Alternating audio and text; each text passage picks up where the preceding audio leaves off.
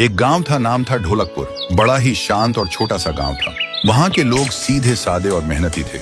लेकिन गांव के एक कोने में एक पुराना घर था, जिसके बारे में लोग कहते थे कि वह अभिशप्त है।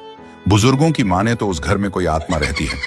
कहते हैं कई साल पहले एक औरत, जिसका नाम चंपा था, इस घर में उसकी मौत हो गई। कुछ लोग कहते हैं कि उसने फांसी लगाकर मर गई, क्योंकि उसकी शादी जबरन नाम के एक बूढ़े आदमी से कर दी गई थी। तभी से गांव वालों ने उस घर को बंद कर दिया। लेकिन हर पूर्णिमा की रात को एक औरत की रोने की आवाज आती थी। कई बार किसी ने उस औरत को सफेद पोशाक में देखा। एक दिन गांव का एक नया लड़का अर्जुन, जो इन बातों को अंधविश्वास मानता था, उसने ठान लिया कि वह उस घर के पास रात बिताएगा। उस रात पूर्णिमा थी। अर्जुन ने टॉर्च ली और घर के पास जाकर बैठ गया।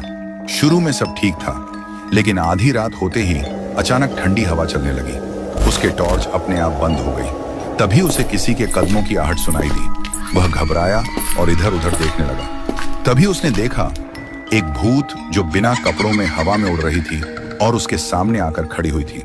उसके बाल खुले थे और चेहरा साफ नहीं दिख रहा था। अर्जुन ने कांपते हुए पूछा, कौन हो तुम? औरत ने धीरे धीरे सिर उठाया और उसने बोला, मैं चंपा हूं, मुझे मार दिया गया है। मुझे एक बुढ़े के साथ जोर जबरदस्ती करके शादी कर दिया गया था और उसे बुढ़े ने मुझे मार दिया।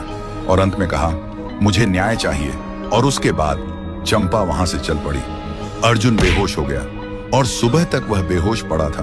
जब उसका होश आया तो देखा सुबह हो गया था। गांव वाले उसे बेहोशी देखकर उसके पास आया और पूछा कि क्या हुआ। रात में हुई पूरी घटना सबको बोल दिया।